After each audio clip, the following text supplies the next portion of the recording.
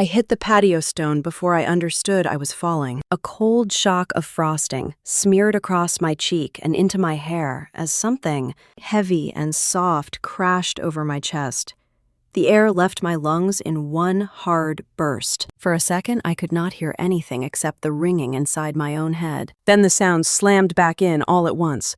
A woman screamed, chairs scraped, glass shattered somewhere behind me. The string quartet lurched into silence mid-note. The 5-tier wedding cake lay in pieces around me, its white layers crushed and sliding across the patio like melting snow. My legs were twisted beneath me at an angle I could not fix. My hands sank into frosting as I tried to push myself upright. Pain flashed across my lower back, bright and hot, and I froze, breath shaking in my throat. A voice I knew far too well shrieked above me. Look what she did. My $5,000 cake. She ruined it. She ruined everything. Not one word about me. Not a single question about whether I could feel my legs or whether the fall had done new damage. Only the cake. Only herself. Movement blurred at the edge of my vision. Someone rushed forward, then another person grabbed their arm and pulled them back. I heard a man shout for emergency services. The crowd pressed in, hovering and retreating at the same time, like a tide pulled by panic. Then a shadow fell over me. A warm, steady weight pressed lightly at the base of my skull, fingers spreading just enough to support my neck without lifting it. I smelled clean cologne, and something familiar I could not place, like dust mixed with desert wind. Nora, stay with me. Can you hear me? It was Logan Pierce, the groom. The man who had been smiling under the oak tree less than an hour earlier. He knelt beside me in his dark suit, the knees already stained with frosting and crushed flowers. I tried to speak, but only a thin sound came out, half breath and half panic. Do not move, he said. Just look at me. Your breathing is fast. Slow it down. You are safe. I am right here. My vision swam. I blinked hard, trying to clear frosting from my eyelashes. Logan leaned a little closer, shielding my face from the direct sun. His eyes were fixed on mine, steady and focused. The kind of look someone gives when they know staying calm is the only thing that can keep a bad moment from getting worse. Behind him, Cassidy's voice rose again. She is faking it. She always fakes it. Get up, Nora. Stop making a scene. There was a sound in Logan's chest, a short, sharp exhale. Almost a laugh, but not the kind that held humor. He turned his head just enough that she could hear him. Stop talking, Cassidy. A low ripple of shock moved through the guests. Even I felt it, dazed as I was. Then Logan looked back down at me, brows drawn tight, a crease of worry forming between them. Try to wiggle your fingers for me. Good. Okay. Keep your head still. You hit hard. Stay right where you are. He spoke with the kind of calm that came from experience, not training videos. My body recognized it before my mind did. A medic's calm.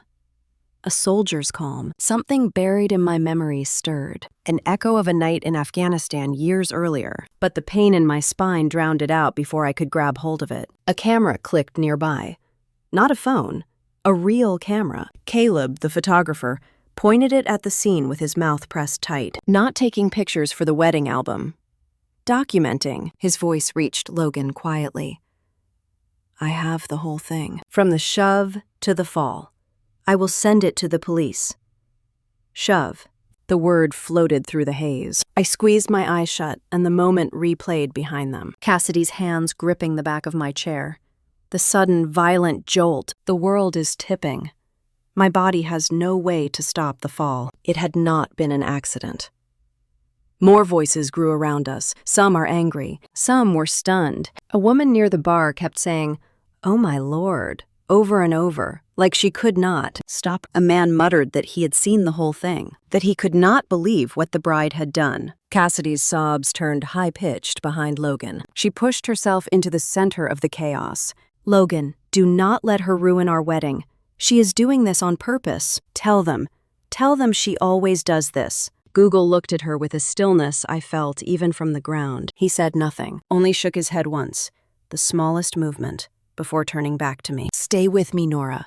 You are going to be okay." His voice softened on my name, almost like he had said it before. In another time, another place, my eyelids fluttered shut again, just for a moment. "I will not lose you twice," I heard him whisper, so low I could not be sure I had heard it right. Sirens wailed faintly in the distance. The sound grew louder, cutting through the panic like a blade. Logan glanced over his shoulder at the crowd, then back at me. His hand stayed at the base of my skull, unmoving, steady as the ground I had fallen from. The last thing I saw before everything blurred was the look on his face. Recognition, fear, anger, and something else I could not name. Then the world tilted again, not from falling, but from memory crashing to the front of my mind. I knew that voice. I had heard it through static and dust, years earlier, when mortar fire lit up the Afghan sky and someone shouted for a medic.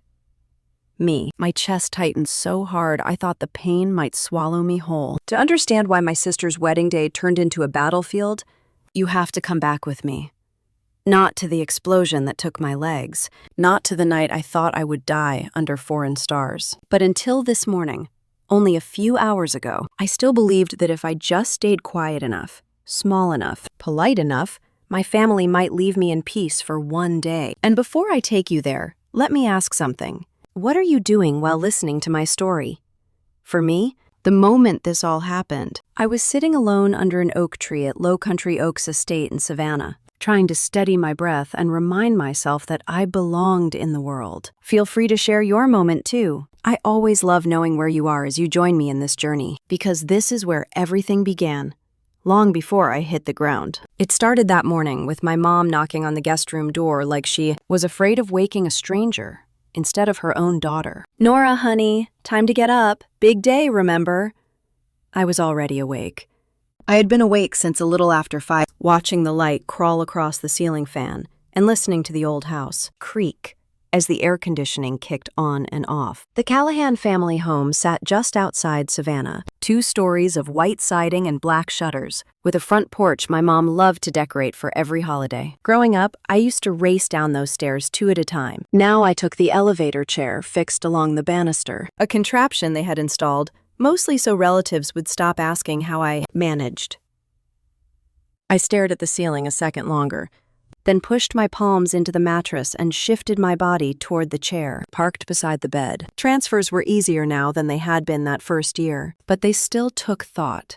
No quick movements, no twisting. I swung my legs with both hands, feeling nothing from the waist down, and slid into the chair with a practiced twist of my shoulders. By the time my mom knocked a second time, I was dressed in the pale blue bridesmaid-style dress my sister had insisted on for me, altered so it would fall right in the chair. The fabric pooled in my lap in a way that almost hid my thighs. "Come in," I called. The door opened and my mom stepped in with a smile already pasted on her face. Elaine Callahan never appeared in front of a mirror or another person without that smile. Today it was stretched tighter than usual. She wore a soft pink dress that matched the color scheme Cassidy had chosen for her bridesmaids. Her hair was sprayed into gentle curls that did not move when she turned her head. "You look nice," she said, roughly in the tone people use when they are checking an item off a list. She brushed her palm over the top of my hair. "Did you sleep at all?" "A little," I lied. She did not push. Her gaze dropped to my wheelchair, then darted away again like the metal offended her. The chair was matte black, light and maneuverable. The best thing the Veterans Affairs Hospital and my own savings could manage. "Remember," she said, voice softening, but not in a way that felt kind. "Today is about Cassidy. She has worked so hard for this. She is under a lot of stress. It would mean the world to me if you could do everything possible to keep things smooth." There was a time when that sentence would have felt like a request. Now it landed like an order I had heard my whole life. Blend in. Be easy. Do not make waves.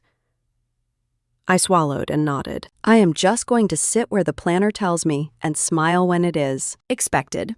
That is all. Her shoulders dropped a fraction in relief. Good girl. And remember what we talked about.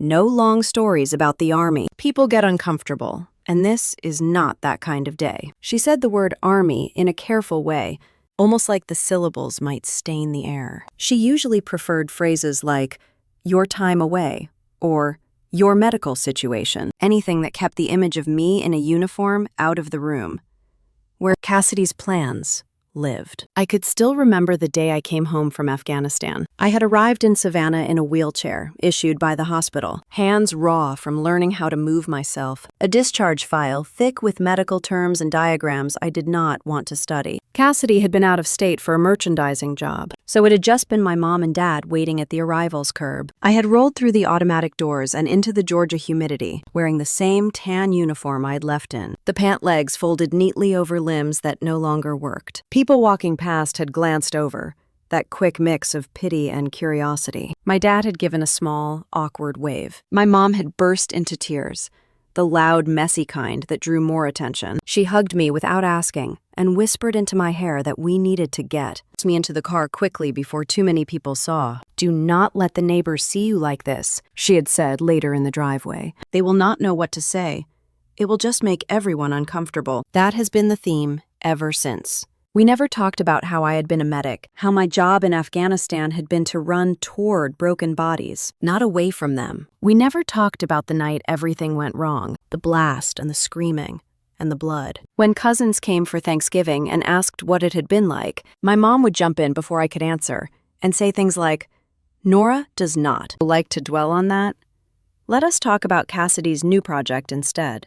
My dad rarely contradicted her. Frank Callahan was the kind of man who liked his recliner, his routines, and his quiet. He went to work at the insurance office, came home, watched sports, and paid the bills. If there was a storm in the house, he slipped into the hallway and waited for it to pass. When my mom brushed me aside to keep Cassidy comfortable, he would look at me with something like an apology in his eyes. But the words never made it to his mouth. Now, in the guest room, I watched my mom straighten a non-existent wrinkle in the front of her dress. "The planner is picking us up at 9:30, she said. "We need to be at Low Country Oaks by 10 for hair and makeup. Cassidy wants some behind-the-scenes photos. She said she is counting on you to be on your best behavior." My best behavior? I did not ask what that meant anymore. I knew. No flinching if a door slammed too hard. No zoning out when the noise got thick. No snapping if someone asked casually what it was like to be stuck in that thing. And definitely not mentioning that I had once dragged a bleeding lieutenant behind a broken wall while rounds kicked up dirt a few feet from my helmet. I looked down at my hands. The faint scars across my knuckles had faded but not disappeared. There was a thin white line along my left forearm from where shrapnel had skidded instead of embedding. The big damage sat hidden under my skin, where no one at the wedding would see. "I will be fine," I said quietly. "Just tell me where you want me to sit and I will stay there." She nodded as if that solved everything. "Good. Cassidy needs this day to go right. After everything. After everything." She meant after the accident that had taken my mobility and my independence, and half my sense of self. She meant after the tension that had settled between my sister and me when my injury got in the way of how she wanted to present our family. She meant after the whispers in the extended family group chat that maybe my situation was not as permanent as I made it sound. She did not mean after the long nights when I woke up choking on the smell of smoke that was not there, or after the day I almost rolled myself into traffic, because the weight of being watched and judged felt heavier than my own bones. She did not know about those moments, because I had learned not to tell her. By 8:30, I was downstairs in the kitchen, a coffee cup cradled between both hands, watching my dad butter toast like it was any other Saturday. The television on the counter murmured about the weather. Highs in the 80s, slight chance of showers in the late afternoon. "Perfect wedding forecast," the anchor said cheerfully. My dad glanced up briefly as I rolled in. "Morning, kiddo," he said. "Big day." I gave a small smile. "That is what they tell me." He hesitated, then added, "You look nice. Cassidy will be happy you made the effort." That was his way of approving my dress, my hair smoothed into loose waves by my own hands instead of a stylist. I took it for what it was. A small offering. "Are you nervous?" he asked after a moment. I shrugged, the movement tight. "There are a lot these days, but I will handle it." He nodded and slathered more butter onto his toast, like he did not know what to do with any feeling bigger than mild concern. He ate standing at the counter instead of sitting at the table. My mom bustled in and out of the kitchen, gathering last-minute things. Extra pins, lipstick, a lace wrap in case the ceremony got breezy. She kissed my dad on the cheek as she passed, then checked her phone for the time. "The car will be here in 10 minutes, she said. "Nora, you ready?" "As ready as I am going to be," I answered. The ride to Low Country Oaks estate took just under 40 minutes. I watched the trees blur past the window and tried to keep my breathing even. Each bump in the road sent a small tremor up my spine. My mom sat beside me, scrolling through her phone, occasionally murmuring comments about how many people had liked Cassidy's latest bridal shower photos. She turned the screen toward me once, showing a shot of Cassidy in a white dress at a winery, surrounded by friends, head thrown back in laughter. "Isn't she glowing?" my mom said, pride thick in her voice. "She looks happy," I said, because it was true, and because anything more complicated would only lead to trouble. My own phone buzzed in my lap. A notification from an old army friend popped up. "Good luck surviving the wedding," the message read. "If anyone gives you crap, remember you have more courage in your left thumbnail than they have in their whole body." I smiled to myself and tucked the phone away. It was comforting to know there were people who had seen the worst of me and still believed I was something strong. As we turned down the long, oak-lined drive to the estate, my stomach tightened. The trees arched over the road, forming a green tunnel that opened onto manicured lawns and a large white house with wide porches. Guests' cars already lined the gravel parking area. The sight of all that white and green and polished made me feel like a smudge on a clean page. The planner met us at the drop-off point, headset in place, clipboard in hand, smile glossy and efficient. "You must be Nora," she said, looking at me but mostly at the chair. "We have a ramp on the side of the house and a spot for you on the lawn with a good view. We will make sure you are comfortable." Her tone was professional, not pitying. It helped. I nodded and thanked her, then followed the direction she pointed. Inside the house, hair and makeup happened in a flurry of curling irons and hairspray clouds. Cassidy held court in the middle of it all, white robe tied loosely at the waist, champagne glass balanced in one hand. She hugged relatives at the door, adjusted earrings on bridesmaids, and directed the playlist. I stayed near the window, letting a stylist smooth a bit of shine off my forehead. "Stay out of the way." When Cassidy finally looked my way, her eyes skimmed over my hair, my dress, my chair. "You cleaned up decently," she said with a quick smile. "Thanks for not going all military on me. No uniforms here." Her friends laughed like she had made a charming joke. I just forced my mouth into something that might pass for a smile and let it slide. The word uniform snagged on a memory in my chest, but I pushed it back down. By the time we moved outside for pre-ceremony photos, the sun had climbed higher. The lawn glittered with glassware and silver. White chairs lined up in even rows. The cake, already in place on a low patio table near the dance floor, stood like a sculpture. 5 layers of white icing and sugar flowers. I saw it only for a second, as the planner led me to a spot beneath an oak, a tree not far from the main seating area. "This will be your view," she said. "You will have shade, and we can easily roll you forward if we need to for any photos. Out of the way, but still included."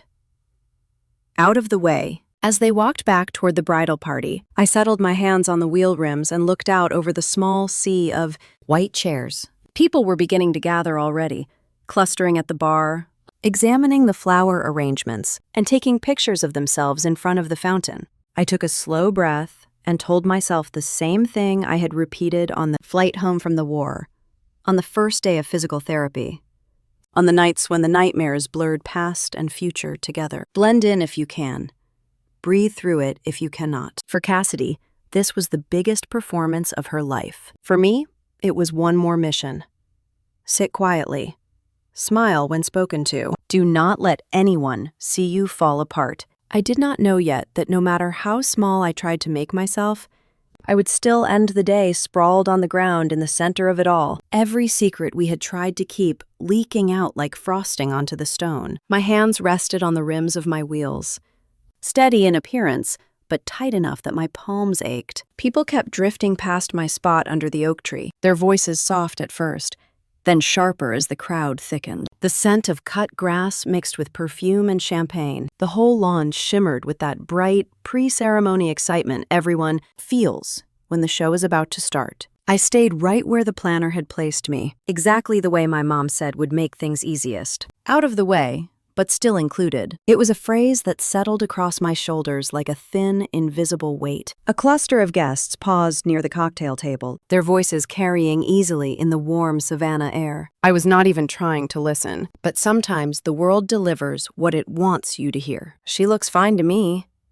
I froze. Another voice picked up smoothly, the kind of tone people use when they think they sound informed. Cassidy said the injury is not permanent, that she leans into the chair because people feel bad for her. I mean, who wants a sad story at a wedding? A tiny pulse of heat pressed behind my ribs. I looked at the roses in the centerpiece beside me, their petals opening slowly in the shade. My breath tightened. For a moment, I tasted Afghan dust, dry and metallic. It startled me enough that I blinked hard and pressed my shoulder blades against the oak trunk to ground myself. A woman in a coral dress joined them. I could see her reflection in a nearby silver drink bucket, hair glossy, earrings swinging as she leaned in. Cass says she has to manage her sister constantly. It is draining. Some people are just heavy to have around. The words struck like little stones thrown from far away, not big enough to injure, but enough to bruise. I forced my breath through a slow 4 count. In for 4. Hold for 4. Out for 4. I could almost hear my old medic captain in my ear, steady and calm, telling me to anchor myself in the moment.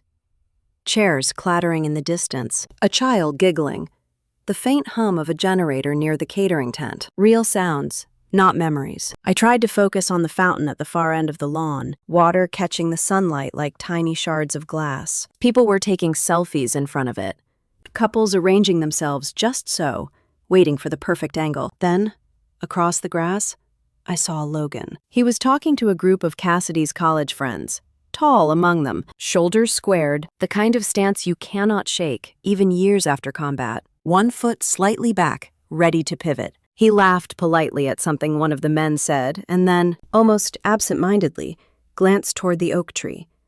His eyes landed on me. Not by accident. Not the flick of curiosity people give when something moves. His gaze stayed, level and assessing, the way soldiers look when they are checking for signals, for tremors, for the tilt of a head that might mean pain.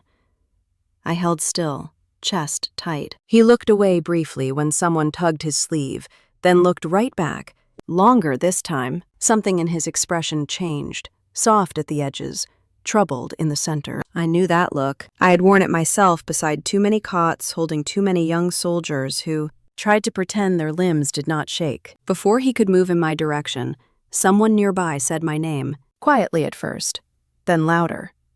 Callahan.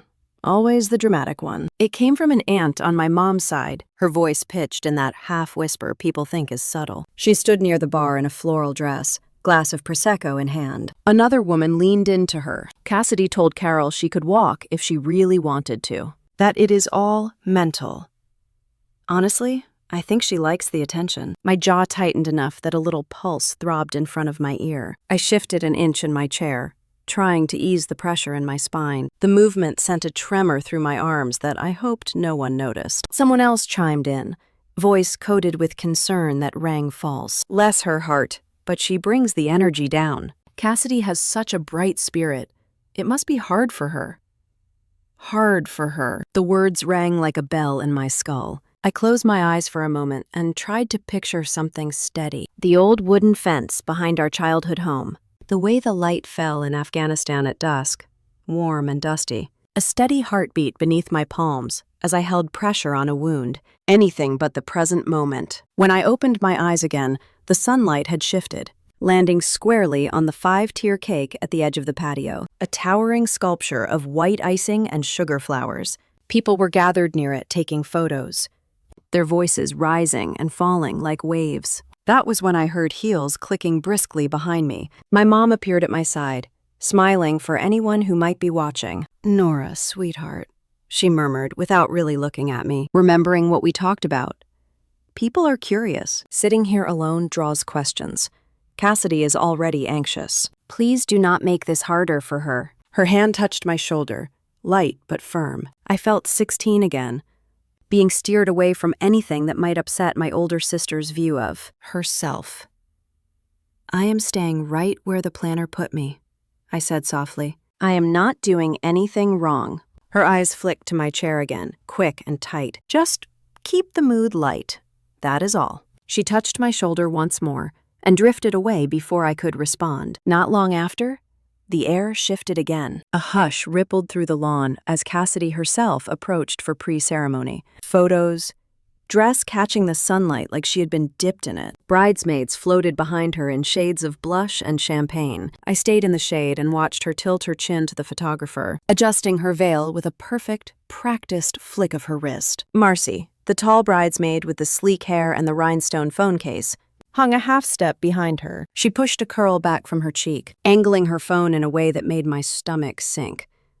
She was recording me. Not openly, not obviously, but the lens pointed to where I sat under the oak, my face tight, my hands tense, my body angled like someone bracing for weather no one else could feel. Her smile was thin and gleaming, almost excited. I stared back at her for a second too long, and that was when I saw it, the tiny flick of satisfaction in her eyes, like she had found exactly the footage she came for. Somewhere across the lawn, a glass shattered. A burst of laughter bubbled up near the bar. The string quartet shifted into another song. Everything moved. Everything shimmered. And Logan, now free of the group he had been speaking to, took a step in my direction. Then another. His gaze stayed fixed, curiosity sharpening into concern sharpening into something heavier. My pulse picked up. I could feel each beat in my throat. By the time he was halfway across the grass, Cassidy swooped into his path with a bright smile and a hand around his arm, turning him back toward the photographer with a practiced spin. He let her pull him, but his eyes drifted back to me once more, a crease deepening between his brows. Something had shifted. Something in him. Something in me. And somewhere between the glances and the whispers and the unblinking lens of Marcy's phone, I felt the first crack in the day's fragile surface, thin as a hairline fracture, but already beginning to spread. I took one long breath in, shaky but steady enough, and rested my palms on the rims of my wheels again. The wind changed, and I could feel, with a clarity that chilled me to the bone, that the quiet before the break was nearly over. The quiet before the break was nearly over, and my body knew it, before my mind did. A warm gust slid through the oak branches overhead, lifting the edge of the linen on the cocktail tables and sending a few roses, petals skittering across the grass. The string quartet shifted into another song, something light and bouncy that did not match the tight pull inside my chest. Across the lawn, the planner clapped her hands and called for the bridal party to gather near the arch. People began to move in that direction, little currents of pastel dresses and dark suits flowing around the center aisle. I was just adjusting the angle of my chair so I could see the ceremony space better when I caught a flash of white at the edge of my vision. Cassidy. She was walking faster than you would expect someone in that much lace to move. Bouquet in one hand, flute of champagne in the other. Her face was turned toward a cousin she was laughing with, but her steps curved directly toward me, not away. I recognized that angle. I had seen it when we were children, on the edge of a pool, or in crowded hallways at school. The purposeful drift that looked accidental until you realized every bump landed exactly where she wanted. I turned my wheels slightly to give her room. It did not matter. Her hip brushed the handle of my chair just hard enough to jolt it. The world wobbled. The champagne in her glass tipped forward and arced out, a glittering splash that landed across my skirt and the side of my chair like a golden stain. Cold liquid soaked into the pale blue fabric. I sucked in a breath, more from surprise than anything else, my hand flying to my lap as if I could scoop it back into the glass. Cassidy gasped dramatically. The sound pitched just right, so several guests turned toward us. "Oh my gosh," she said loudly, though she kept her eyes on the cousin rather than me. Nora, you really should watch where you park that thing. You almost knocked the glass right out of my hand. There it was, the twist. In one smooth breath, she had turned her deliberate hit into my carelessness. Her cousin tittered nervously and looked at me with that mix of pity and disapproval I had come to recognize. A few people nearby murmured, shifting their weight, glancing between my chair and the damp fabric of my dress. I felt heat climb up my neck. Every instinct I had from days on base told me to keep my voice calm, to de-escalate. My wheels did not move, I said quietly, more to myself than anyone else. Cassidy's gaze snapped to me then, the bright, bridal smile glued to her face for the crowd, but her eyes sharp and cold. Accidents happen, little sister, she said in that sing-song voice she used when she wanted to sound reasonable. Try not to sit so close to the traffic paths, okay? We do not want you getting bumped again. She lifted her glass in a fake toast and glided off toward the arch, leaving a trail of floral perfume and tension behind her. Behind me, I heard a small, delighted sound. I turned my head just enough to see Marcy standing a few yards away, phone in hand. The screen faced me. The tiny red recording dot glowed. She pretended to swipe through filters, but the lens was locked on my lap, on the wet patch spreading across my dress, on my face as I tried to swallow the sting of humiliation. I could almost hear the future caption.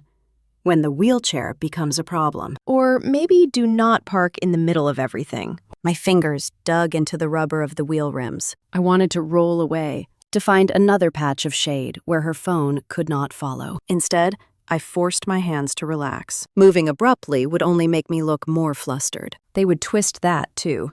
Across the lawn, Logan had just stepped away from a conversation with one of his uncles when he heard Cassidy's little scene. His eyes followed the last of her laughter, and then tracked backward, landing on me, on the champagne soaking into my skirt. On the phone, Marcy held a little too steadily for it to be casual. His mouth compressed into a thin line. He changed direction. I watched him start in my direction again. Long, easy strides, eating up the distance between us. Expression focused, when a cluster of Cassidy's friends intercepted him near the bar. They were all bright lipstick and dangling earrings, their voices animated as they called his name. Logan, one of them said, we have to get a picture with you before things get too crazy. Come on, just one shot. He paused, politeness winning the first round, and let them pull him toward the high tops near the cocktail station. As they lined up for the photo, another conversation drifted from just behind him. This one came with the low edge of gossip, sharpened for effect. I feel bad for Cassidy, a woman in a short navy dress said. Imagine planning your dream day and having to work around all that. She let the word all drag out, as if my entire existence were a smudge that needed correcting. Her friend in coral, the same one from earlier, snorted softly. Cassidy told me that half of this chair thing is emotional anyway. The doctor said she has to push herself harder, but she prefers sympathy. Some people just love to live in their trauma.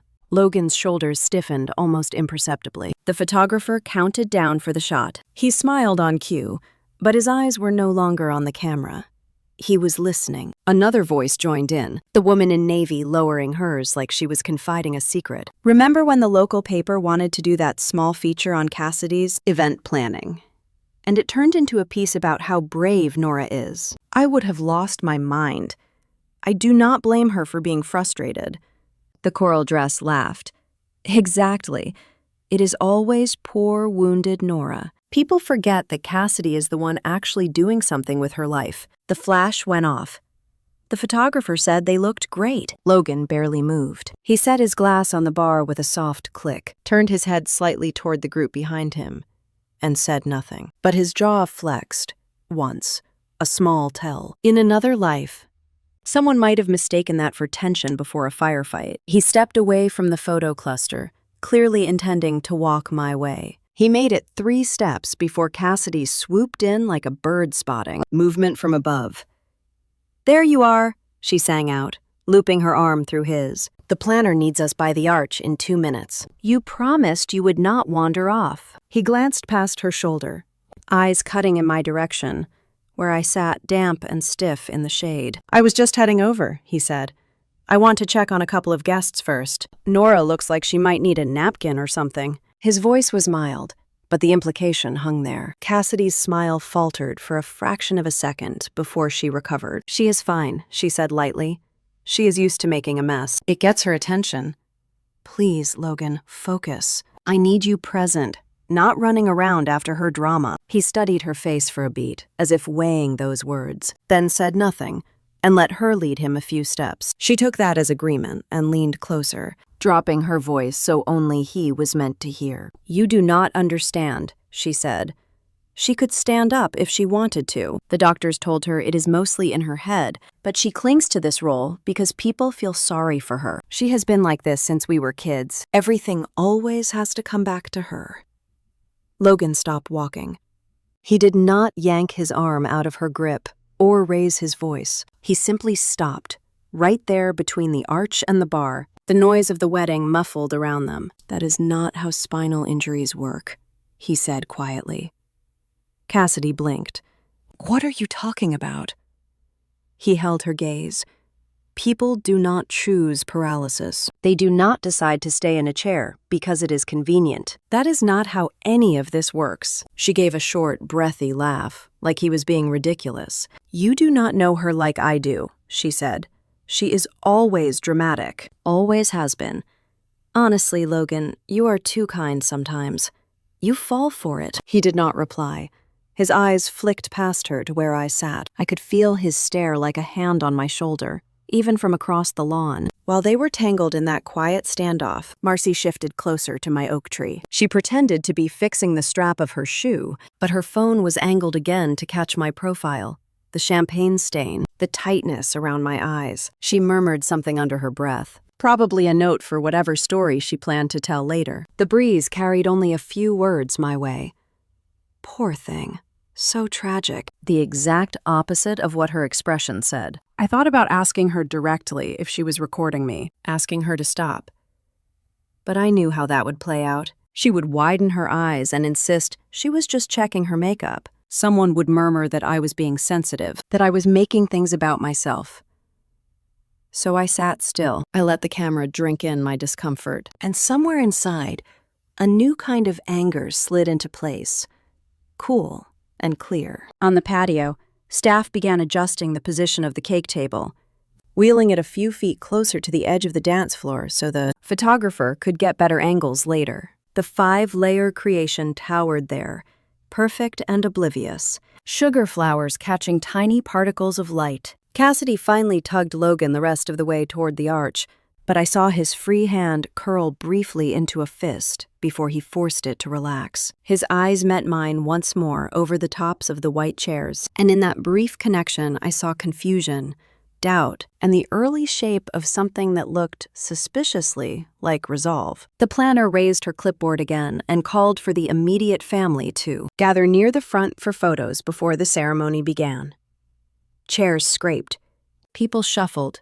The quartet changed songs, and under the oak tree, with champagne drying on my skirt and the awareness of being watched, tightening like a band around my chest, I felt the invisible wire inside this day pull tighter, stretching toward a breaking point I could not yet see, but could, absolutely, feel. It was supposed to be a simple thing. Show up for my sister's wedding. Smile politely. Blend in. Do not draw attention. My mom had said it 3 times the night before on the phone, her voice careful. "Nora, honey, just try not to be the focus. Cassidy needs this day to go smoothly. I had promised. I always promised." So I wore the soft blush dress she picked, kept my hair pinned back, and positioned my wheelchair under the shade to stay out of the way. I watched guests in pastel clothes drift by, laughing, hugging, clinking glasses. Every sound seemed magnified. The shuffle of shoes, the string quartet warming up, a champagne cork popping near the bar. My body logged each one as a potential startle, the old reflexes impossible to shut off. Cassidy looked beautiful. I could admit that. Lace, tulle, sunlight catching in her curls, the picture-perfect bride. My mother hovered around her like a proud curator, showing off a masterpiece. My dad stood stiffly beside them, looking like he belonged more at a golf course than a wedding. I stayed back, fingers resting gently on my wheel rims, trying to ignore the whispers that occasionally drifted close enough to hear. She looks fine to me. Maybe the paralysis is not permanent. I heard she only uses the chair when it is convenient. Each comment sank into me like a pebble tossed into deep water. I tried to focus on the fountain near the edge of the lawn, on the breeze stirring the flowers, on the vows that would be said later. But the knot behind my ribs tightened with each passing minute. A woman in a coral dress passed close behind me. She whispered to her friend, "Cassidy is such a saint for even inviting her. I mean, her energy is so heavy." My breath stuttered and I counted silently. In for 4, hold for 4, out for 6, over and over, until the buzzing under my skin eased. I was so focused on staying steady that I did not realize Logan Pierce was watching me from across the lawn. He stood near the arch where the ceremony would take place, shoulders squared, the way veterans stand when they are assessing a situation. I recognized the habit immediately. I had spent years around men and women who carried themselves that way, always scanning, always listening, always aware. When his eyes passed over me, I felt it. No pity, not an annoyance, something like recognition. He turned to speak to a relative, but glanced back at me twice more. I looked away quickly, not wanting to meet his curiosity. I did not have the strength for another explanation about why I was in the chair or how I got hurt. People always wanted details they did not deserve to know. A sudden call from the planner snapped through the air. "Immediate family to the arch, please. We are starting photos." My heart gave a little jump. The hopeful kind, the kind that wished for just a moment of belonging. I rolled a bit forward, careful on the grass, but my mom intercepted me halfway. She kept her voice low, a smile glued to her face. "Honey, stay here on the side. The ground is uneven near the arch. We do not want you tipping in the middle of photos." I glanced at the perfectly smooth stretch of lawn behind her. Nothing uneven at all. "I thought I was supposed to be in the family pictures," I said. She touched my shoulder gently, the way you touch something fragile. "The composition is tricky. The photographer needs symmetry. We will take a special picture of you and Cassidy later. It will be lovely." My throat tightened. A special picture. Separate. Not included. I nodded, because fighting it would only make things worse. She guided my chair back toward a planter overflowing with greenery, a strategic spot. Close enough to claim they had not excluded me. Far enough that my wheels would not accidentally roll into the frame. While the photographer snapped the parent photos, Cassidy glanced toward me.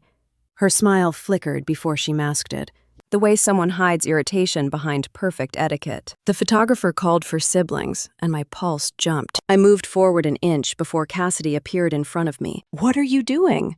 she said with a brightness that did not touch her eyes. "They called siblings," I answered. Her lips tightened. "Nora, use your head. You know the picture will look strange. We will get one with you later. You sitting there among everyone could throw off the balance." Balance, symmetry, composition, words people use when they want to hide what they actually mean. Her voice dropped, the sweetness scraped off. "Do not make this difficult." I froze. That old familiar feeling washed over me. The one where I was 15 again, told to stay inside during her birthday photos, so I would not ruin the aesthetic.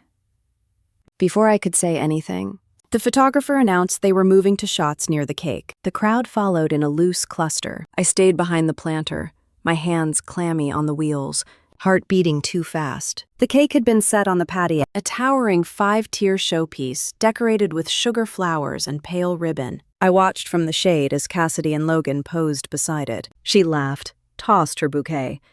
Bridesmaids fussed with her veil. Guests clapped. Someone shouted for a group photo. Then Cassidy's eyes slid toward me again. It was tiny, that shift in her expression. But I saw it. Annoyance sharpening into something else. Something focused. Determined. She whispered to the photographer, then walked directly toward me, veil drifting, bouquet still in her hand.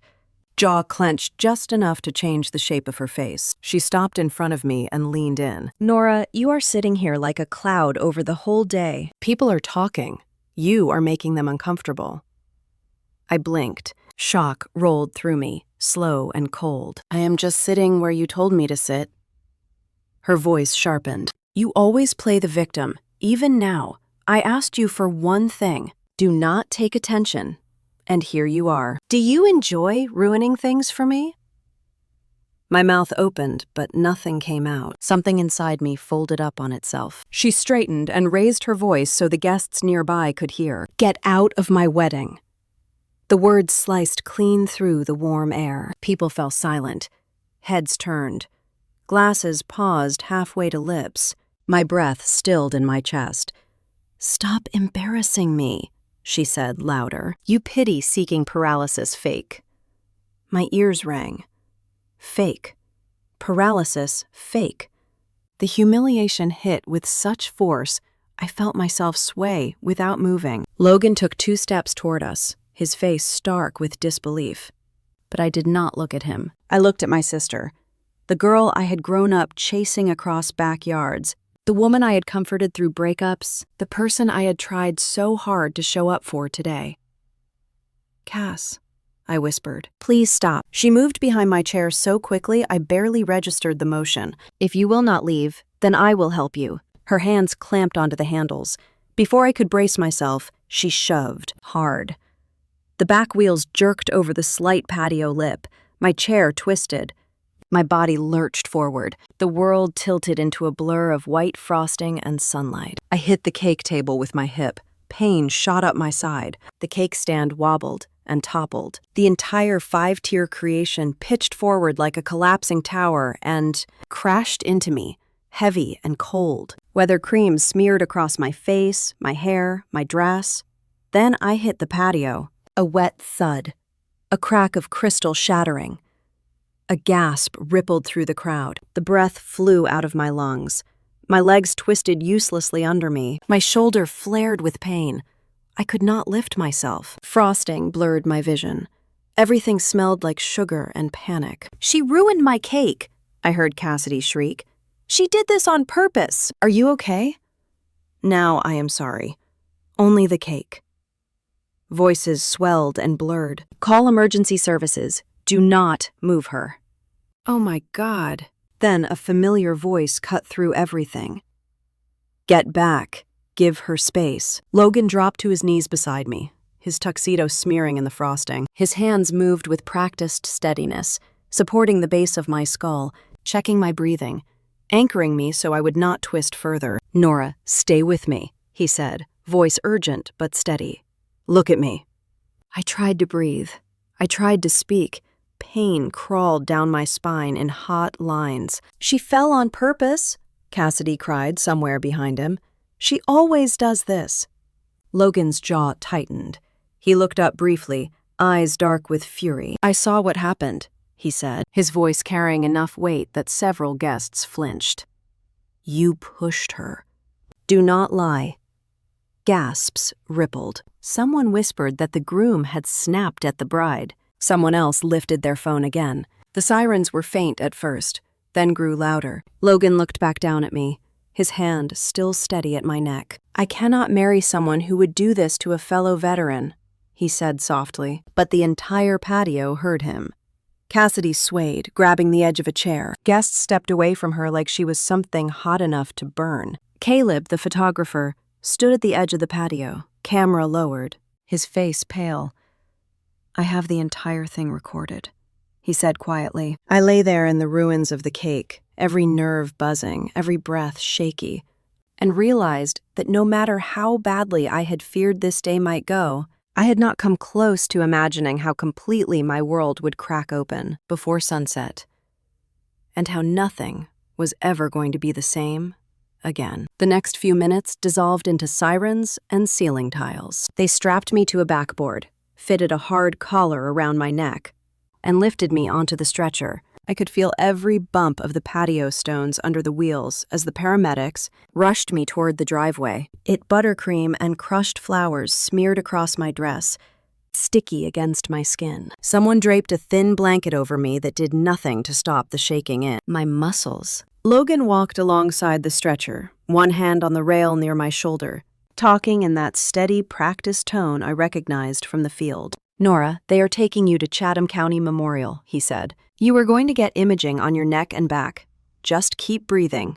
I focused on his voice, not the cluster of guests parting around us, not the half-heard sentences about the bride, not the fact that somewhere behind us, Cassidy was still crying about her ruined cake. The bright Savannah sky flashed in pieces above me, between the tree branches and the porch roof, and finally, the ambulance doors. Inside, the world shrank to white walls and beeping monitors. A medic clipped a pulse ox to my finger.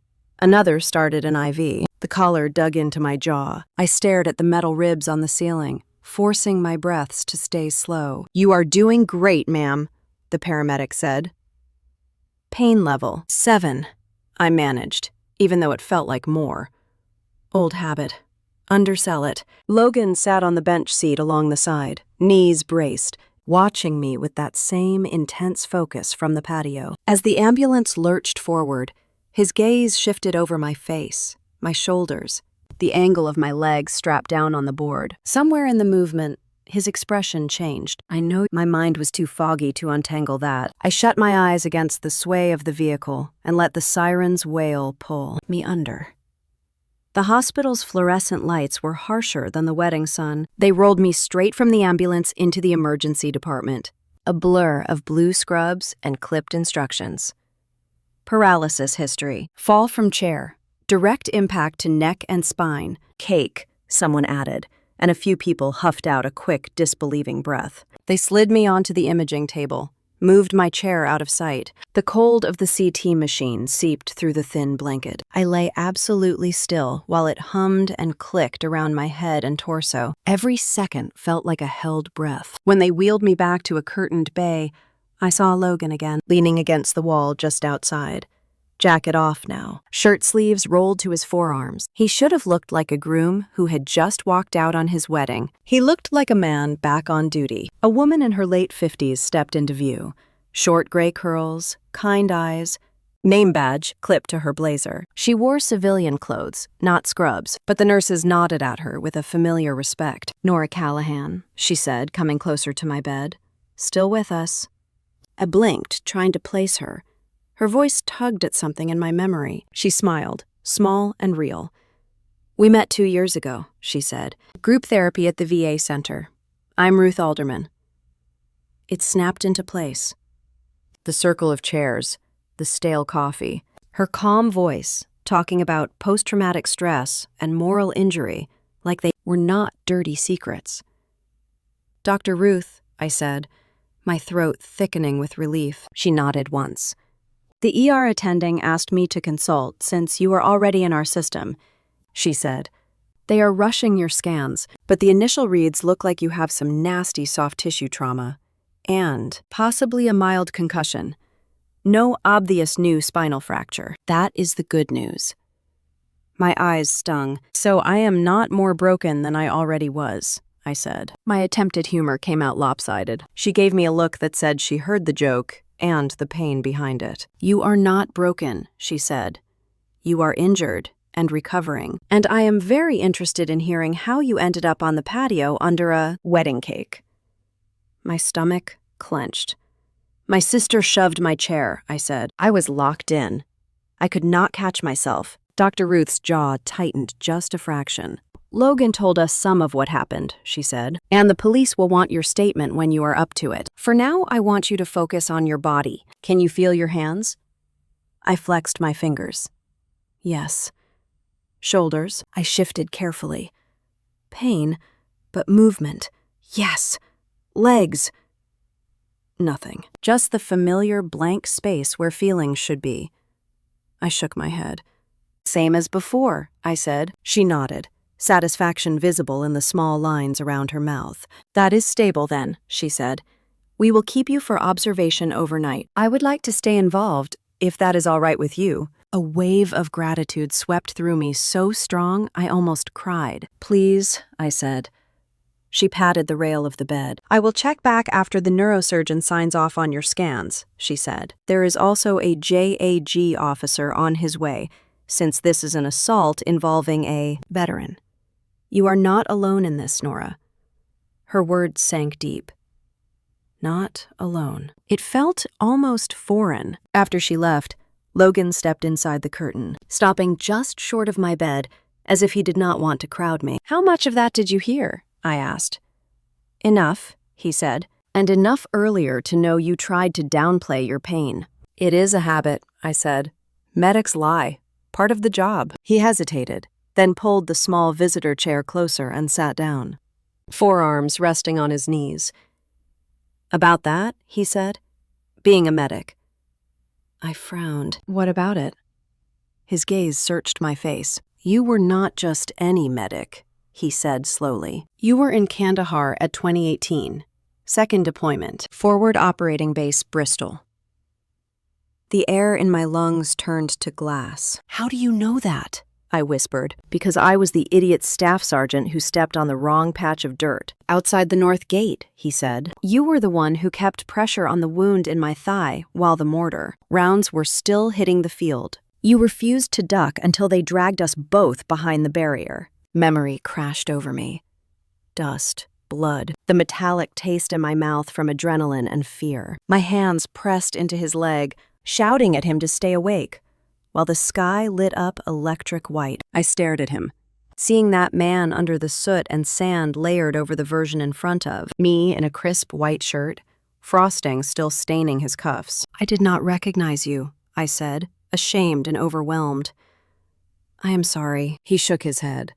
"You had other things on your mind," he said, "and I am sure I looked a lot worse back then." Despite everything, I huffed out a small, shaky laugh. "You yelled at me for not getting lower," I said. "You yelled back that if you let go, I would bleed out on your boots," he replied.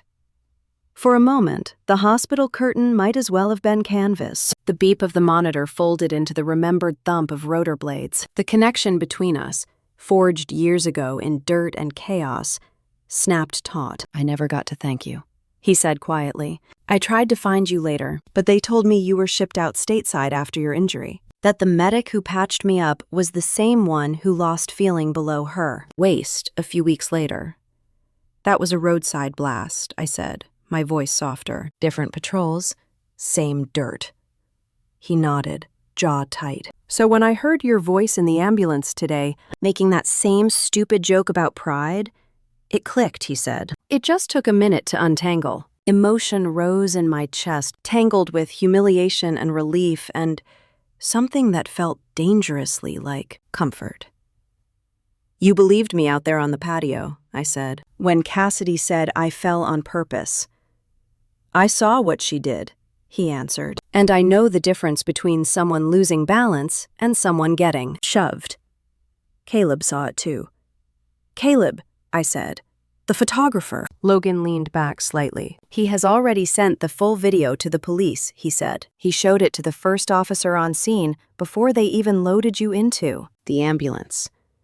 Your sister cannot spin her way out of this one." The idea that there was proof, real proof, made my head swim. For once, the story would not be hers alone. A shadow appeared at the edge of the curtain, and a uniformed officer stepped. Inside, hat tucked under one arm, notepad in hand, he introduced himself as Officer Morales, his voice polite but firm. He said he would be back for a full statement once the doctor cleared me to talk longer, that there was already enough probable cause to open an assault case. When he left, Logan gave me a small nod. "You do not have to protect her," he said. "Not this time." Before I could answer, familiar voices rose in the hall. My mom's high-pitched worry, my dad's lower grumble, the sound of them arguing with someone at the nurse's station. A minute later, they swept through the curtain in a little storm of perfume and tension. "Oh, thank God," my mom said, clutching her purse to her chest when she saw me propped up slightly on the bed. "You look terrible."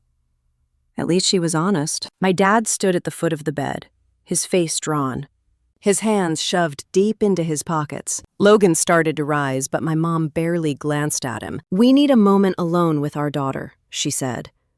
Logan looked at me. I swallowed and nodded once. He stepped out, slipping past my parents, but stayed close enough in the hall that I could still see his shadow through the gap in the curtain. My mom pulled the visitor chair close, sitting so close her knee touched the side of the bed. She did not ask if I was in pain, She did not ask what the doctors had said. "Nora," she began, "we heard the police talking. They are treating this like a criminal thing."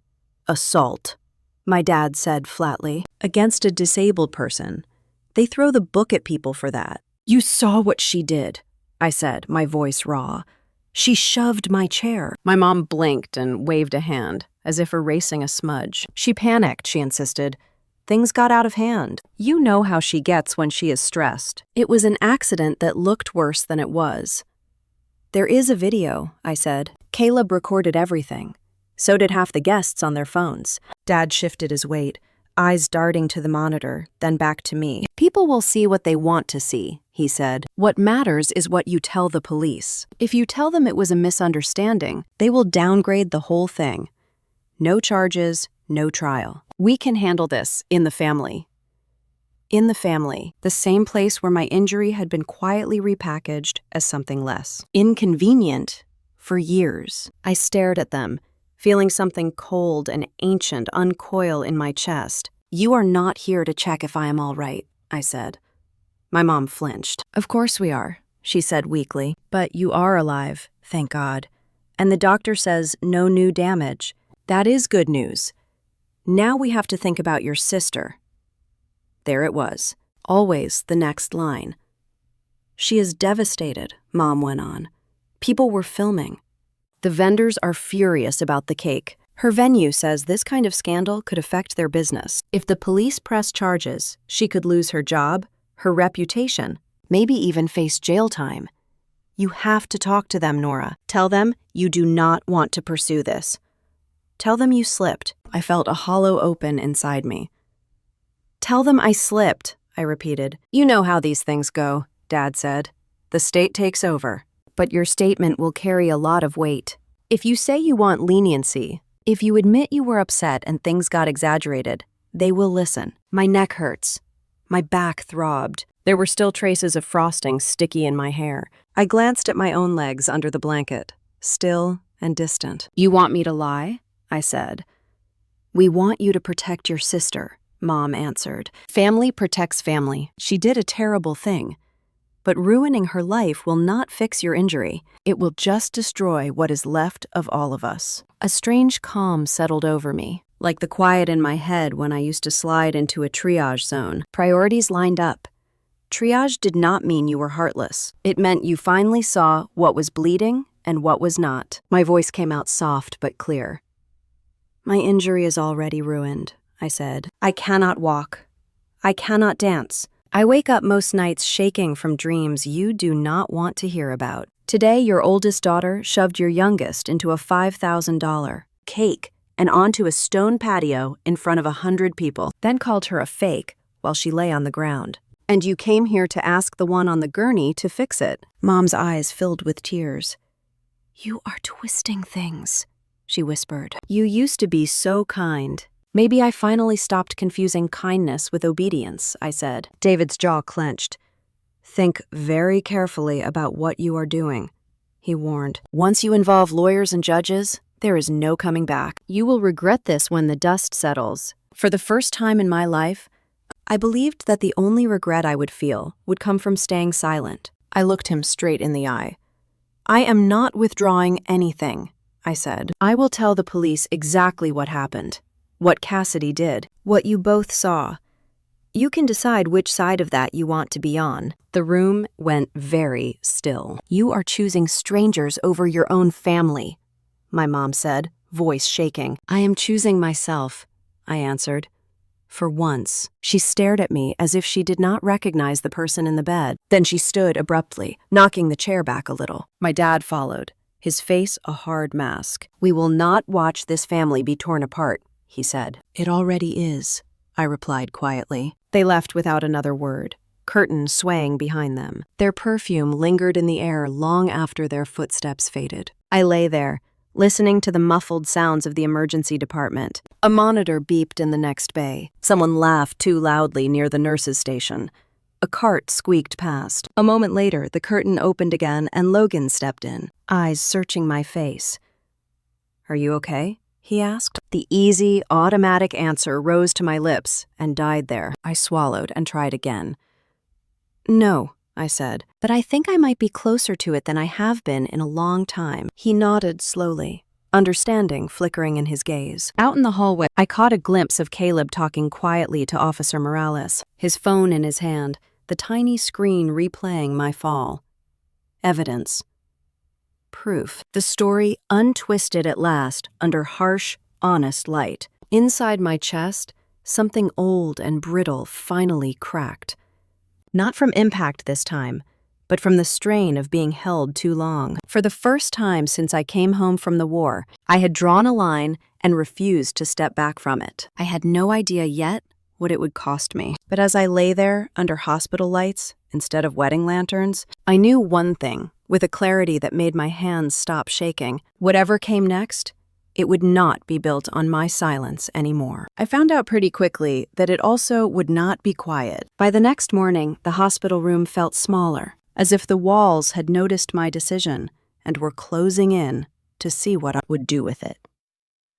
The television mounted in the corner was on mute, stuck on a local news channel someone had left playing overnight. A ticker crawled across the bottom of the screen, red and white. Urgent, even with the sound off. I was trying to decide whether to ask a nurse to turn it off when Dr. Ruth walked in carrying a tablet and a paper cup of coffee. "You look a little less like you were hit by a truck today," she said, setting the cup on the tray. "That's good," I asked.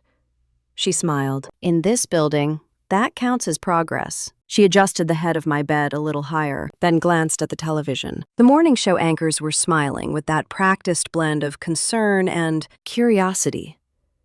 "You are about to see something," she said. "I want you to remember that you are allowed to look away if you need to." My stomach dipped. "That sounds promising," I said. She picked up the remote, turned the volume up a notch. The segment was already in progress. A still frame showed the patio at Low Country Oaks, the cake in the background, my wheelchair near the edge of the shot. A blurred oval covered my face. Cassidy's face was not blurred at all. The anchor's voice was smooth, practiced. "Viewers, we do want to warn you that what you are about to see may be disturbing. Witnesses say this incident occurred during a wedding reception yesterday afternoon outside Savannah." The video rolled. Even knowing what was coming, I felt my breath catch. The footage was from Caleb's camera, but cropped tighter. You saw Cassidy walking behind my chair, saw her hands grip the handles, saw the jerk of the shove. The camera shook when the cake fell, and the station cut the impact short, cutting away just before my body fully hit the ground. The audio was muted over with commentary. Reports say the woman in the wheelchair is a former Army medic and the bride's younger sister, the anchor said. Family members initially claimed the fall was an accident, but other guests have told police a different story. The shot cut to a reporter standing outside the hospital entrance. Behind her, the sliding doors hissed open and closed as staff and visitors moved in and out. I reached for the remote, hand shaking. "That is enough," I said. Dr. Ruth turned the volume back down, then off. "They blurred your face," she said, "but people who know you will recognize you anyway. The internet is already running with it." My throat felt dry as dust. "You mean people are watching that while they eat their cereal?" I said. She sat in the chair next to my bed. "People are watching," she said, "but they are also noticing. There is a difference." She unlocked her tablet and slid it toward me.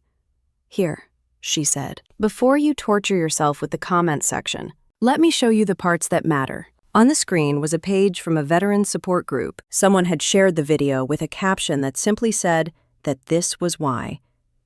Some veterans stayed away from family gatherings, and that this was not how you treat someone who has already sacrificed enough. The comments under it stacked one after another. "Who pushes a woman in a wheelchair? She is a medic. She probably saved lives. My blood is boiling. If this is your sister, I hope you never speak to her again." It felt surreal, seeing strangers defend a blurred figure on a screen who happened to be me. Then I saw another post, this one in a local neighborhood group. It was shorter, shot from a different angle, clearly from a phone near the bar. It started just as Cassidy shouted at me to get out and stop embarrassing her. The clip cut off right as my chair jerked, before the cake toppled. The caption under it said that the woman in the chair had thrown herself into the cake to ruin the wedding, that she always did things like this for attention. The username made my stomach turn. Marcy. I said. Of course it was Marcy. For a second, numbness spread through my chest. Then, like a tide pulling back, anger rushed in. How many times, I thought, had women like Marcy and my sister written their own version of a story because they knew no one would challenge them? How many times had I helped them by staying quiet? Dr. Ruth must have read some of that on my face. Keep scrolling, she said softly. Under Marcy's clip, replies had poured in. Did you not see the longer video? One person wrote. The photographer posted it. She was pushed. Another said, stop lying for your friend. It is all on tape. You should be ashamed. Someone else simply linked Caleb's full video. The contrast between the truth and her edit, brutal and obvious. My hand loosened around the tablet. So they are not buying it, I said. Enough of them are not, Dr. Ruth replied. The narrative is not entirely in your sister's control anymore. I laid my head back against the pillow, staring at the ceiling. It feels strange, I said, having people angry on my behalf. She tilted her head, studying me. Strange good or strange bad? Both, I said. I am used to being the one defending her.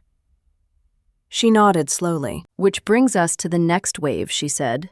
Your parents were at the nurse's station again this morning. The staff sent them away until your pain meds were adjusted, but they will be back. I closed my eyes briefly. They want me to save her, I said.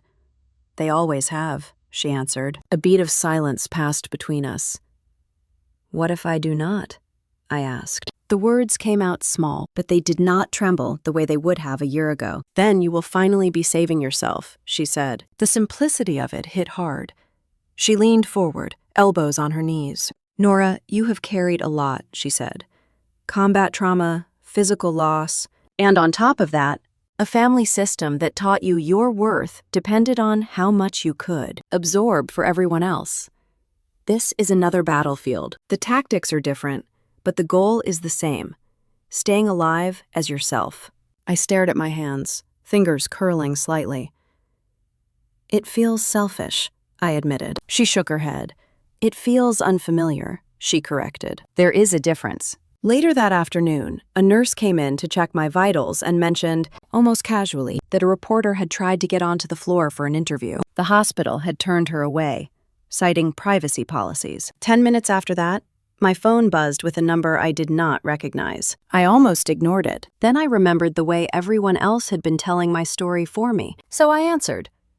A woman's voice came on the line, professional but gentle. Ms. Callahan, my name is Jenna. I'm with a local station. I know you have every reason not to trust the media right now. I just wanted to say that if you ever do decide you want your own words out, I would be honored to listen. No pressure, no rush. Her restraint impressed me more than any pitch would have. I told her I was not ready to speak on camera, that my head still felt like it had been through a blender. She understood, gave me her email, and said she would not contact me again unless I reached out. When I hung up, I realized my hands were not shaking. That night, the dreams were loud. Sand under my boots, the whine of incoming fire, Cassidy's voice bleeding into the shouting, telling me to get out, to stop embarrassing her, to stand up if I wanted badly enough. I jolted awake to the soft beep of the monitor and the dim glow from the deep hallway. My heart was running in circles. I pressed my palms to my thighs, feeling nothing beneath them and everything at once above. A moment later, the curtain rustled and Dr. Ruth slipped in, as if she had been pacing the corridor waiting. Nightmare? She asked. I nodded. She pulled the chair close. Tell me the loudest part, she said. I told her about the overlapping orders, the ones to save people under fire and the ones to save my sister's image at any cost. How my body tried to obey both and tore something in the process. She listened, then said quietly that sometimes the bravest thing a soldier could do was stand down from a mission that would get them killed for no tactical gain. You are allowed to choose which orders you follow now, she said. The next day, the JAG officer arrived. Mason Harrington, mid-30s, clean haircut, calm eyes. He sat beside my bed with a small recorder and a notepad, explaining in plain language what an assault case involving a disabled veteran could look like. He did not rush me. He did not make me repeat the insult Cassidy had thrown at me in front of everyone. When I faltered, he paused and let me regroup. At the end, he said that with the video evidence and witness statements, the state would almost certainly proceed, whether I wanted to or not. Your input does matter, though, he added. When it comes to sentencing, to whether the prosecutor would consider a plea, your wishes carry weight. You should not be pressured either way. Too late, I thought, but I only said, "Thank you." After he left, my parents tried again. They did not bother with small talk this time. My mom's mascara was smudged, not from tears, but from rubbing at her eyes. My dad looked older than he had at the wedding, shoulders sagging under an invisible load. "Lawyers are already calling us," he said, standing rigid at the foot of my bed. "Reporters, too. Do you understand what this is doing to our family name?" For a moment, I wanted to laugh. Our family name. As if I had not watched it being used like a shield for Cassidy and a weight for me. "This is not about your name," I said. "This is about what she did." Mom stepped closer, gripping the rail. "If you tell them you want mercy," she said, voice low and urgent, "they will listen. You could save her from a record, from jail. You could keep her life from being ruined." My gaze went to my motionless legs under the blanket. "My life is already altered," I said. "Breaking consequences for her will not restore anything for me." They stared at me like they were looking at a stranger. Finally, Mom whispered, "The war changed you." "Maybe," I answered. "Or maybe it just made it harder for me to pretend." They left soon after, frustration and disbelief trailing behind them like perfume. When the curtain closed, Logan stepped in almost immediately, as if he had been waiting for them to clear the doorway. "You holding up?" he asked. "It depends on the hour," I said. He let out a breath that might have been a laugh if the day had been lighter. "Welcome to my favorite answer," he said. "One day at a time, one crisis at a time." He pulled the chair over and sat, watching me for a moment. "So," he said, changing the energy a little, "can I ask you something that is not about your sister or the police?" That sounded like a small miracle. "Please," I said. "You remember I mentioned my company?" He went on. "Valor Works?" I nodded. I had seen the name in an article once, in a waiting room at the VA. Something about local veterans helping other veterans back into civilian life. "We have peer coordinators," he said. "Veterans who have been through physical and psychological recovery, who sit with new arrivals, help them navigate the system, lead small groups, that kind of thing. No fixing. Just walking alongside." I tilted my head slightly on the pillow. "You think I could be one of those?" I asked. "I think you already are," he said. "You just do it unofficially. The way you talk about your injury, the way you chose to stand your ground after what happened at that wedding, even how you are handling your parents right now. Other vets will recognize that. It could matter more than you know." A tiny spark of something warm flickered in my chest. "You understand I am sitting in a hospital bed covered in old cake bruises," I said. "You are also someone who dragged herself through trauma twice and still found the courage to say no to the people who raised her," he answered. "That counts." I let my eyes fall closed for a second, imagining a different kind of room. Not a hospital bay, not a wedding venue, but a space filled with people who understood the cost of waking up every day, in a body that did not match the one you remembered. A place where I was not the problem to be managed, but part of the solution. "I do not know if I am ready," I said honestly. He nodded. "That is fair," he said. "When you are discharged, come by. No obligation. Just look around. If all you do is drink bad coffee and laugh at our motivational posters, I will still call it a win." Despite everything, I smiled. "We will see," I said. As he left, I caught my reflection in the dark corner of the television. Hair a mess, bruises faintly yellowing along my jaw, hospital gown hanging loose. Not the image of a heroine, not the neat version of a wounded sister my family preferred. Just a woman in between. Outside the hospital walls, people I would never meet were arguing in comment sections about veterans and disability and what counted as real suffering. Some were defending me, some were not. Marcy's little narrative had already been swallowed up by the larger story. Her cut-and-paste version exposed alongside the raw footage. Inside, between beeping monitors and thin curtains, the real war was slower and quieter. It was the war of choosing, over and over, not to vanish when it would have been easier. The real war was slower and quieter, but it was not over, and I felt that truth settle in my chest as the morning of the hearing arrived. The courthouse in Chatham County smelled faintly of old wood and strong coffee, the way government buildings often do. Logan had offered to drive me, and I let him. It was easier than wheeling myself down sidewalks that were never quite level and never quite kind. The sky was overcast, pale gray, the kind of light that makes everything look honest, whether it wants to be or not. When he helped me out of the truck and settled my chair on the pavement, I could feel how steady he was. Steadier than I felt inside. "You ready?" he asked quietly. "No," I said. "But I am here." He nodded, as if that was enough. Inside, a deputy guided us to the small courtroom where Judge Dalton presided. The walls were lined with framed portraits of past judges, all stiff smiles and dark robes. A few reporters sat in the back, notebooks open. I saw Caleb slip in and take a seat near the aisle, camera bag at his feet. He caught my eye briefly, gave a respectful nod, then looked straight ahead. Then I saw my parents. My mom was seated beside Cassidy at the respondents' table, her hand wrapped around Cassidy's wrist like she was trying to anchor her. My dad sat on the other side, jaw tight, eyes flicking toward me and away again, as if looking too long might crack the surface of his conviction. Cassidy looked pale beneath the makeup, but her chin was lifted. She did not look at me. A bailiff called the room to order just as I wheeled into the space reserved for victims and witnesses. Logan stayed a step behind me, hands in his pockets, shoulders square. Judge Dalton reviewed the documents with calm efficiency. He was an older man with soft white hair and a gaze that cut through pretense, like it was paper. We began with witness statements. Officer Harrington, the JAG investigator, spoke first. He described the footage, the interviews, the consistency of the accounts given by those who saw the shove. He spoke of my service, my disability rating, the vulnerability of someone with spinal injury in a fall like that. Cassidy's attorney interrupted often, objecting, questioning phrasing, asking if perhaps the witnesses misinterpreted the angle of movement. The judge allowed some of it, dismissed more.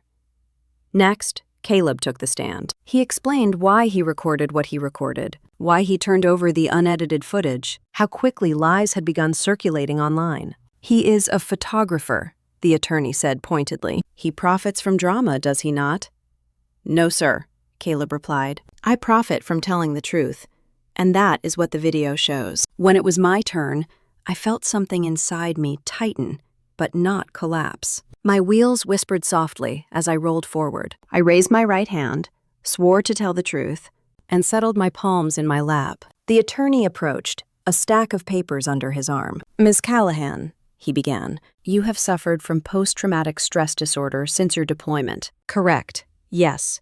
And PTSD can sometimes cause misinterpretation of events." Logan shifted behind me, but I stayed still. "So can audio recordings," I said. A flicker passed over the attorney's face. He recovered quickly. "Is it possible you misremembered the shove?" I met his eyes. "I remember hands on my chair. I remember the force. And I remember the fall. That is not PTSD. That is gravity." A quiet murmur rippled through the room. Cassidy shifted in her seat and finally spoke loudly enough for everyone to hear. "She is lying. She has always lied. She wants attention." She threw herself forward. "She knows how to make the chair tip. She has done it before to get sympathy." Judge Dalton held up a hand, silencing her. "Ms. Callahan," he said, his voice firm, "you will speak only when addressed." Cassidy sank back, face blotched with frustration. Then she tried again, softer, aiming it at my parents. "I did not mean to hurt her. She knows I would never. She is making this worse than it has to be." My mom squeezed her hand, nodding desperately. "See, honey," she whispered toward the judge. "It was a misunderstanding, a terrible misunderstanding." My breath stilled in my throat. Judge Dalton leaned back, steepling his fingers. "Let us address the evidence," he said calmly. "We have a clear video showing you moving behind your sister's wheelchair. We have the angle of your arms, the forward momentum of the chair, and the resulting injuries." Cassidy's voice cracked. "But she ruins everything. She always has. She tried to take my day, My dad stood abruptly. "Your Honor," he said, "our family has been through a lot. The media is twisting this. My daughter is being crucified for a mistake." Judge Dalton's gaze fixed on him. "Sir, your elder daughter's choices are what brought her here. The only victim in this case is the woman who sits before me now." The words hit harder than I expected. The judge continued, "Given the video evidence, the consistent witness statements, and the severity of the act, I find Cassidy Callahan guilty of assault against a disabled veteran." My mom gasped. My dad swore under his breath. Cassidy's face was drained of color. "This court takes assaults on disabled individuals with utmost seriousness," the judge said, "particularly when the victim is physically vulnerable. Appropriate sentencing will reflect that." I exhaled slowly. My hands trembled, but not from fear this time. When the gavel fell, the sound echoed through my ribs. Afterward, the hallway outside the courtroom felt colder than the room we had left. My parents approached me, their faces tight with disbelief. "Are you satisfied now?" my mom said. "You have destroyed your sister." I looked at them, feeling a strange calm wash over me. "I did not destroy her," I said. "She made a choice, and for the first time, I chose myself." My dad's mouth opened as if to argue, but I turned away before he could. Logan stepped forward without a word and wheeled me toward a quieter corner of the hallway. He waited until the murmurs faded and the doors stopped swinging. "You did well there," he said. I felt more exhausted than triumphant. "I did what I had to," I replied. He nodded. "And now, maybe, you can start doing what you want to." I let his words settle before answering. "I do not know what that is yet." He leaned one shoulder against the wall, arms folded. "You know you can visit Valor Works anytime. The offer still stands. We need people who understand what it is like to come home changed. Someone who can tell the truth when it is hard." I looked down at my motionless legs, then at my hands resting in my lap. "Maybe," I said. "Maybe I can do that." Just then, a man with a metal prosthetic below his left knee approached us. Early 40s, weathered face, steady eyes. "Are you Nora?" he asked. I nodded. He stuck out a hand, his grip warm and firm. "My name is Aiden Brooks." I watched the hearing online. "I wanted to tell you something." I waited, unsure what was coming. "You standing up like that," he said, "makes it easier for the rest of us, too. People think we are fragile, or liars, or burdens, but you did not let them rewrite what happened to you. That matters." His voice caught the slightest crack. "It matters more than you think." Emotion rose so fast it burned behind my eyes. "Thank you," I whispered. He nodded once, then walked away with a steady, even gait, the click of his prosthetic soft against the floor. Logan watched him go, then looked down at me again. "You help people just by being who you are," he said. "Imagine what you could do if you chose it on purpose."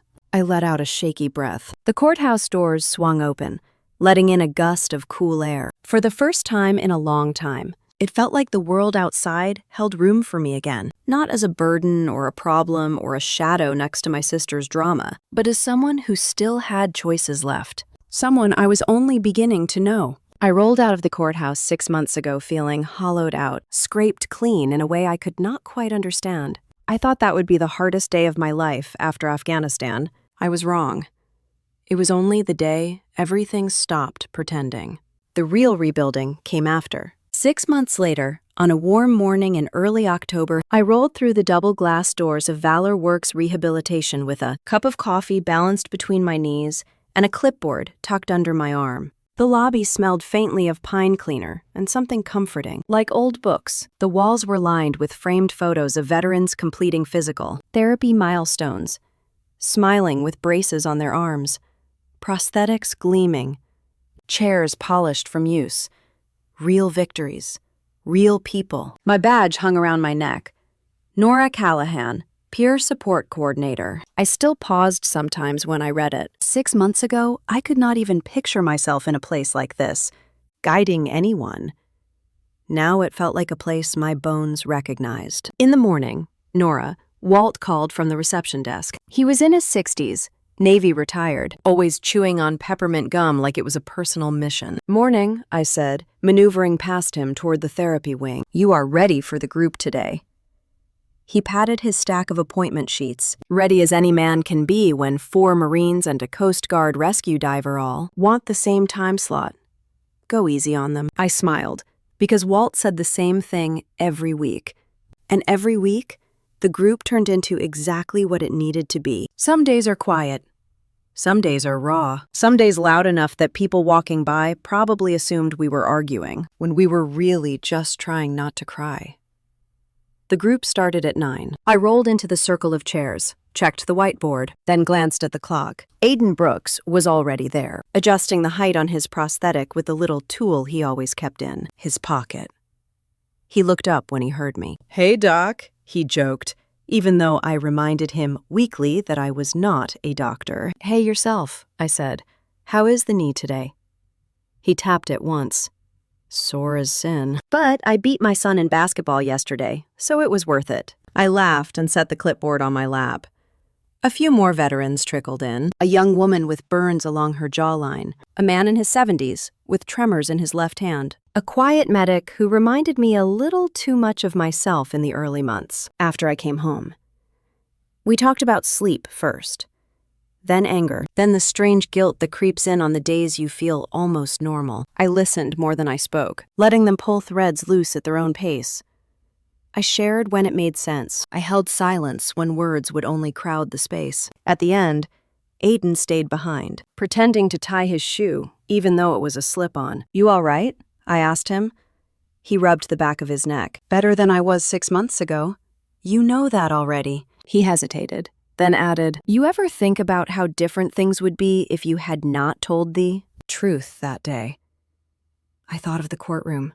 The judge's voice, Cassidy's disbelief, my parents' disappointment, the sharp crack of something old breaking and something new finally waking up. "Every day," I said, and I am still glad I did.